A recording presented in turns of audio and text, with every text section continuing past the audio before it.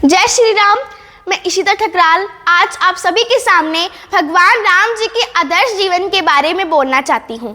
कंकर कंकर शंकर इसका और प्राण प्राण में गीता है, जीवन की धड़कन रामायण पग पग पर बनी पुनीता है।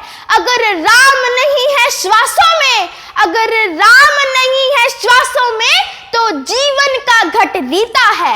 राम सिर्फ एक नाम नहीं है, राम हिंदुस्तान की सांस्कृतिक विरासत है। राम हिंदुओं की एकता व अखंडता का प्रतीक है। राम सनातन शक्ति की पहचान है। राम ने अपनी मर्यादा के लिए अपने मित्र, अपने राज्य और अपने माता पिता का भी त्याग कर दिया।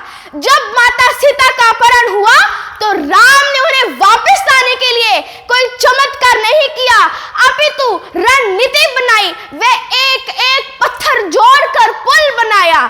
जब भगवान राम अयोध्या से वनवास की ओर गए तो उनके साथ केवल भगवान लक्ष्मण और माता सीता थी, परंतु जब वे अयोध्या से वापस आए तो उनके साथ पूरी एक सेना थी।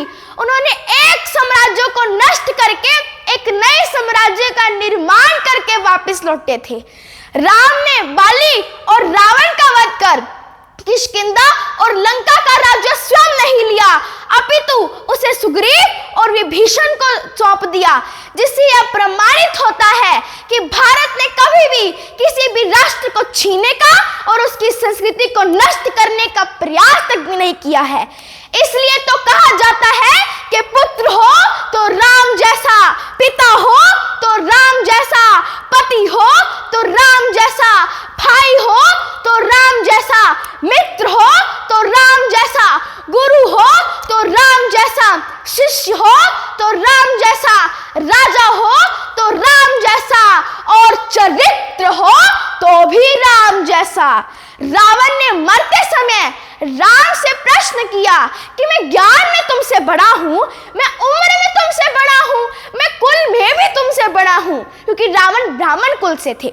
मैं शक्ति में भी तुमसे बड़ा हूं, मेरी सेना भी तुमसे बड़ी है, क्योंकि भगवान राम की सेना में भालू व वानर थे, जबकि रावण की सेना में बड़े बड़े मायावी योद्धा व राक्षस थे। रावण ने यह भी कहा कि मैं भक्ति में भी तुमसे बड़ा हूं, क्योंकि रावण की भक्ति के बारे में कहा जाता है कि मुझसा पंडित, मुझसा योद्धा और न कोई दूजा है, अपने शीशों को काट काट कर मैंने शंकर को पूजा है। रावण ने यह भी कहा कि मैं अपने घर लड़ा तो मेरे घर आकर लड़े, बावजूद मैं हार गया। तो भगवान राम ने कहा कि तुम चरित्रहीन हो और मैं चरित्रवान हूं। भाव है कि अगर किसी भी व्यक्ति का चरित्र भगवान राम के जैसा है तो वो कितना मर्जी कमजोर होकर अवश्य विजय बनेगा। तो आज से हम सब यह संकल्प लेते हैं कि हम अपने चरित्र को भगवान राम के जैसा बनाएंगे और अपने भारत को फिर से विश्व गुरु बनाएंगे। जय हिंद, जय भारत।